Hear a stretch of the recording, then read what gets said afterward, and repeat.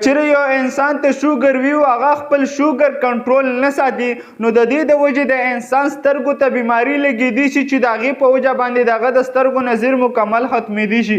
زموږ د سترګې مثال د ګیند په شان دی او په دې کې چې کومه وروستو پرده ده هغې ته ریټینا ویلی شي.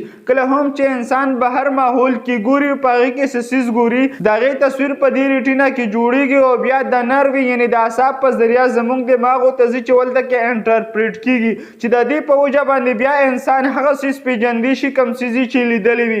خو که چیرې د انسان شوګر کنټرول نه وي هغه کنټرول نه ساتي نو شوګر یو داسې خطرناکه بیماري ده چې دا د انسان رګونه ختموي.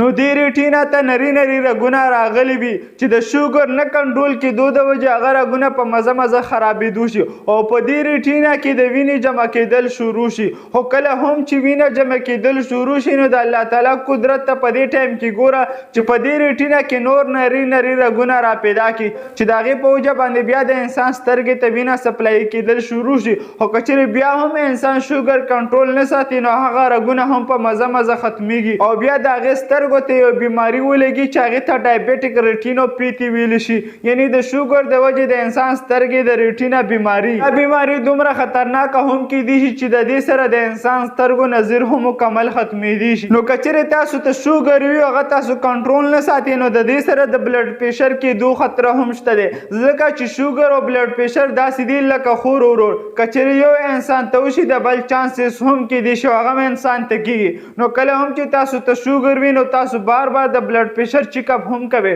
ځکه چې د هغې چیک اپ کول او د هغې مینټین ساتل هم ضروري خبره ده د انسان د صحت لپاره. نو که چیرې انسان ته دا بیماري وشي نو کوم داسې علامات چې هغه علامات د ده په سترګه یا ده ته ظاهریږي د ټولو نه اول د هغه په نظر کې دندلاپن شانتې شروع شي او نظر په مزه مزه کمېدو شي. هغې سره کله هم چې انسان د شپې څه څیز ګوري نو هغه څیز هغه ته سره لیدی نه شي او د دې سره کله هم چې هغه د ورځې ګوري نو هغه ته په نظر کې خړ شان یا تور شانتې ډاټس یعنې داغونه داغونه راځي. نو تاسو شوګر کنټرول ساتئ ځکه که چیرې تاسو شوګر کنټرول نه ساتئ نو ستاسو څومره هم رګونه دی هغه مکمل ختموي او شوګر او بلډ پریشر داسې بیماري دي چې دا د انسان رګونه مکمل ختموي. نو د دې نه د بچ کېدو لپاره تاسو احتیاط دا کوئ چې خپل شوګر لیول مینټین ساتي ورسره بلډ پریشر لیول مینټین ساتي روزانه ډیلی بیسس باندې ایکسرسایز کوي او پیدل مزل کوي او د هغه سیزونو نه پرهیز کوي یعنې هغه ایوایډ کړي کوم سیزونه چې ستاسو بلډ پریشر او شوګر زیاتوي. د دې ویډیو مقصد صرف او صرف ستاسو روغ صحت او خوشحالي ده.